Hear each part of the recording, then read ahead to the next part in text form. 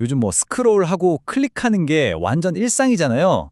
근데 혹시 예전처럼 책 한 권에 이렇게 푹 빠져드는 거 좀 힘들어지지 않으셨어요? 이게 여러분 탓이 아닐 수도 있다는 거. 오늘 바로 이 디지털 세상이 우리 읽는 뇌를 어떻게 바꾸고 있는지 그 비밀을 한번 파헤쳐 보겠습니다. 아마 내 얘긴데 하시는 분들 진짜 많을 거예요. 그쵸? 예전엔 막 몇 시간씩 시간 가는 줄 모르고 읽던 소설책이 이제 몇 페이지만 넘겨도 막 지루하고 또 중요한 보고서 읽어야 되는데 나도 모르게 자꾸 스마트폰으로 손이 가고 바로 이 경험, 이게 오늘 우리가 다룰 주제의 핵심입니다. 자, 독서교육 전문가이신 최승필 작가님이 이걸 아주 기가 막히게 설명하세요. 바로 독서 근육이라는 개념인데요. 비유가 확 와닿죠? 우리가 운동을 안 하면 팔다리 근육이 약해지는 거랑 똑같이 깊이 읽는 훈련을 안 하면 집중하고 분석하고 또 상상하는 이 뇌의 근육도 약해진다는 거예요. 그러니까 이건 의지력 문제가 아니라 능력의 문제라는 거죠. 혹시 나만 이런가 하면서 자책하고 계셨다면 이제 그러실 필요 전혀 없습니다. 이건요, 지극히 정상적인 현상이에요. 왜냐하면 우리 뇌라는 게 정말 똑똑해서 우리가 매일 쓰는 방식에 맞춰서 스스로를 최적화하는 놀라운 능력이 있거든요.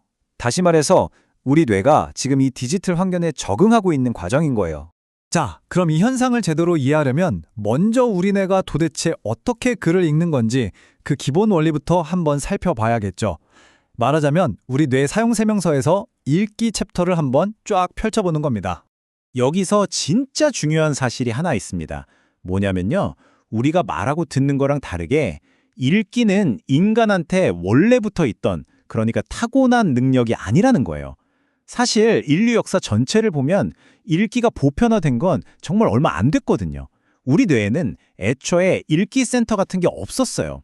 읽기는 순전히 우리가 발명하고 훈련해서 얻어낸 정말 위대한 기술인 셈이죠. 그럼 뇌는 어떻게 이 새로운 기술을 배울 수 있었을까요? 바로 재활용의 달인이었던 거죠. 원래 있던 기능들을 기가 막히게 조합한 거예요. 글자를 보는 시각 영역, 단어를 이해하는 언어 영역, 그리고 전체 맥락을 파악하는 인지 영역, 이런 기존의 부서들을 싹 연결해서 완전히 새로운 읽기 전용 고속도로를 뇌 안에 뻥 뚫어버린 겁니다. 와, 정말 경이로운 재창조 아닌가요? 뇌가 이렇게 스스로 회로를 바꾸고 업그레이드하는 능력, 이걸 바로 신경가소성이라고 부릅니다. 이건 뇌가 가진 진짜 슈퍼파워 같은 거예요. 재밌는 예가 하나 있는데요. 런던의 택시기사분들은 수천 개의 길을 다 외워야 하잖아요. 실제로 이분들 뇌를 연구해봤더니 기억을 담당하는 부분이 진짜로 더 커져 있었다고 해요. 이처럼 뇌는 우리가 뭘 반복하느냐에 따라서 물리적으로 정말로 변합니다. 그리고 바로 이 점이 오늘날 우리가 겪는 문제의 핵심 열쇠가 되는 거죠. 바로 이 신경가소성 때문에 우리가 무엇으로 읽느냐가 굉장히 중요해지는 겁니다. 한번 비교해 볼까요? 종이책을 읽는 건 마라톤 같아요. 처음부터 끝까지 순서대로 깊이 몰입하면서 비판적으로 분석하는 게 목표죠. 반면에 스크린으로 읽는 건 단거리 달리기랑 비슷해요. 여기저기 링크를 타고 넘나들면서 필요한 정보만 쏙쏙 훑어보고 패턴을 찾아서 빠르게 정보를 얻는 게 중요하거든요. 우리 뇌는 이 두 가지 활동을 할 때 전혀 다른 회로와 근육을 쓴다는 겁니다. 자, 그럼 여기서 아주 중요한 질문이 생기죠. 만약 우리가 마라톤은 안 하고 맨날 단거리 달리기만 한다면 어떻게 될까요? 다시 말해서 이 스크린 읽기 방식이 우리의 주된 독서 습관이 되어버릴 때 과연 우리는 어떤 대가를 치르게 될까요? 결론부터 딱 말씀드리면 우리는 깊이 생각하는 능력 그 자체를 잃어버릴 위험에 처하게 됩니다. 물론 정보를 빠르게 찾는 능력은 점점 더 발달하겠죠.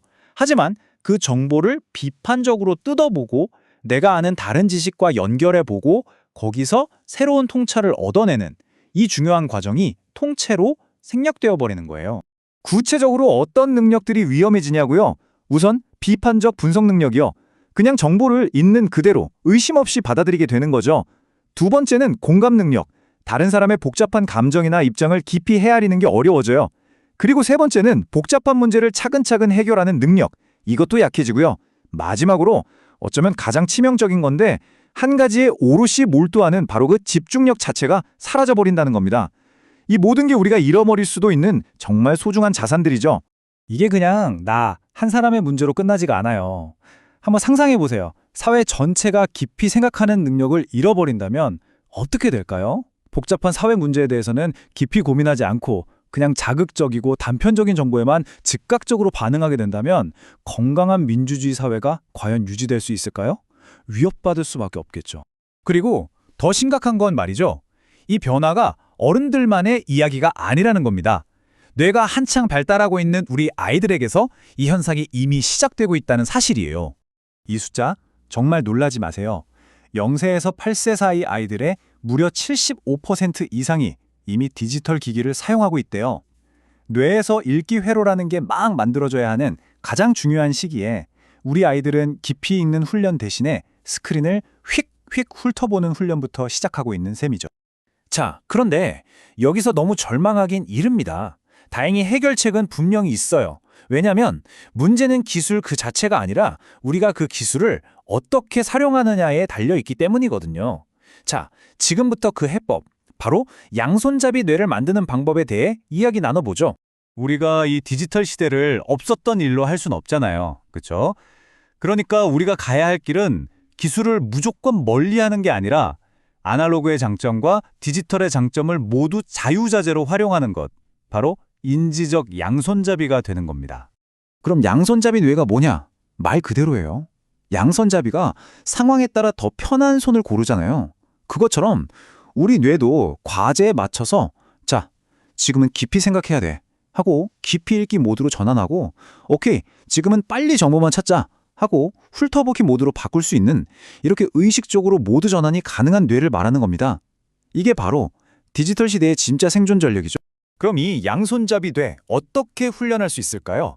아주 구체적인 방법 3가지를 알려드릴게요. 첫 번째는요, 깊이 읽기를 의식적으로 연습하는 거예요. 하루에 딱 15분이라도 좋습니다. 스마트폰 저 멀리 치워두고 모든 방해를 차단한 채 종이책에 한번 푹 빠져보는 거죠. 그리고 두 번째, 목적에 맞게 매체를 똑똑하게 선택하는 겁니다. 간단한 정보 검색은 스크린으로 빠르게 하고 정말 깊은 이해가 필요할 땐 주저없이 종이책을 펼치는 지혜가 필요해요. 마지막으로 3번째는 디지털 지혜를 기르는 겁니다. 이 정보 용수 속에서 어떤 게 진짜 정보인지 비판적으로 골라내고 이걸 어떻게 활용할지 이걸 스스로 배우고 우리 다음 세대에게도 꼭 가르쳐줘야 합니다. 꼭 기억하세요. 우리 뇌는 가만히 굳어있는 게 아니라 우리가 하는 행동에 따라 계속해서 변하는 존재입니다. 결국 우리가 어떤 읽기 습관을 선택하느냐가 우리의 사고방식을 만들고 더 나아가 우리의 미래를 결정하는 거죠. 그 선택권 바로 우리 자신에게 있습니다. 자, 마지막으로 이 질문을 한번 스스로에게 던져보면 어떨까요? 손가락 하나만 까딱하면 세상의 모든 정보가 쏟아지는 이 시대에 나는 과연 어떤 정보를 선택하고 또 그 정보들로 내 머릿속에 어떤 생각의 집을 짓고 있는가? 여러분의 그 선택 하나하나가 바로 나의 뇌를 만들고 더 나아가 우리 사회의 미래를 만들어 갑니다.